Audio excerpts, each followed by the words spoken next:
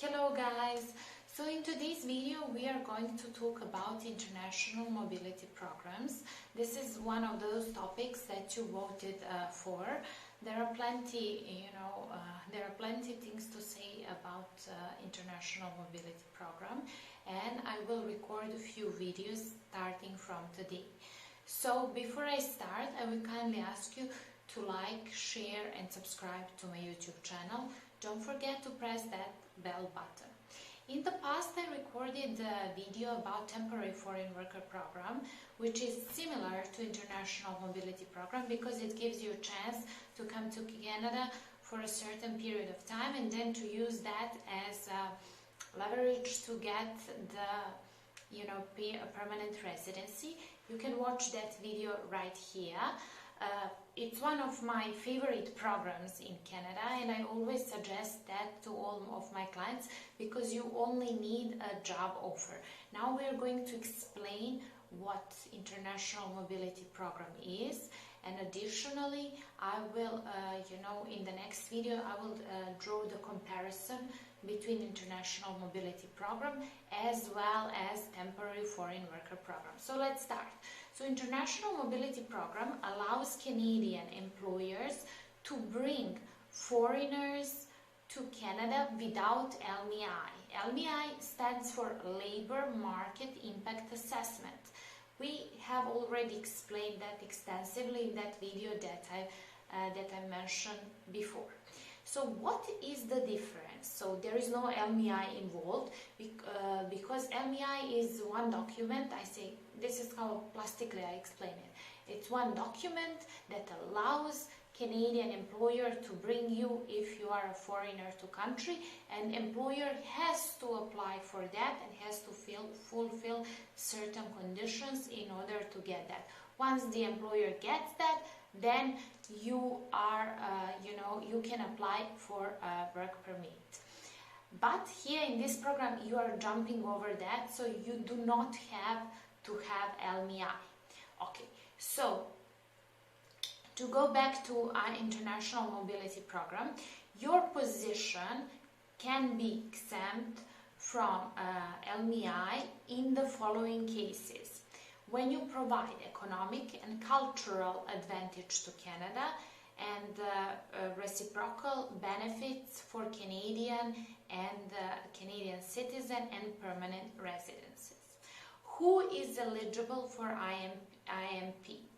If you're a person who will enter Canada via trade treaties such as Canada-US-Mexico Agreement, right here, or comprehensive trade agreement, entering Canada on an open work permit, entering Canada as intra-company transferees. Those are people, let's say you have an office in Europe somewhere, let's say Dublin, Ireland, and then your company wants to move you to Canada. This is what they will use. IMP is administered by IRCC, and the other parties involved are Canada Border Service Agency and Employment and Social Development Canada. The programs that fall under international mobility programs are following: the post-graduation work permit program, reciprocal youth exchange agreement, international free trade agreements, the intra-company transfer program, the bridging open work permit, and circumstances of social and cultural benefit to Canada.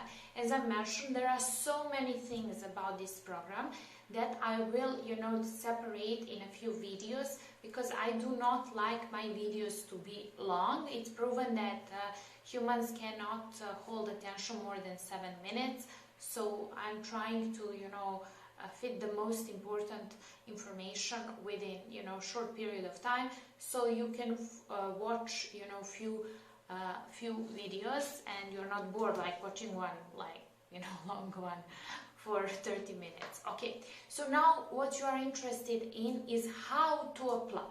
Again, the same with a temporary foreign worker, it starts from the employer. So employer has to give you the job offer. Employers will need to meet the following requirements to hire the foreign workers through the international mobility programs. Prove that the job or worker meets the requirement for LMIA exemption, those conditions that I already explained at the beginning of the video. Pay the compliance fee of $230 and submit an official job via the IMP employer portal if required. For those of you who already have an open work permit, you are not paying the fee. You don't have to submit the job offer nor pay the fee, making the application both easier and quicker to process. Step 2. You have to apply for work permit. Once this has been done, you will be able to apply for temporary foreign worker permits. You will need your offer or employer number to complete your application. So employer will give you this number that is in employer portal and you will submit it.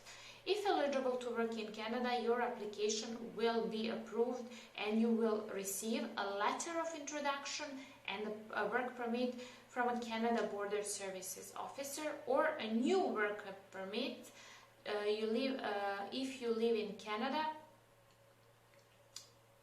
If you live in Canada, or apply when you enter the Canada.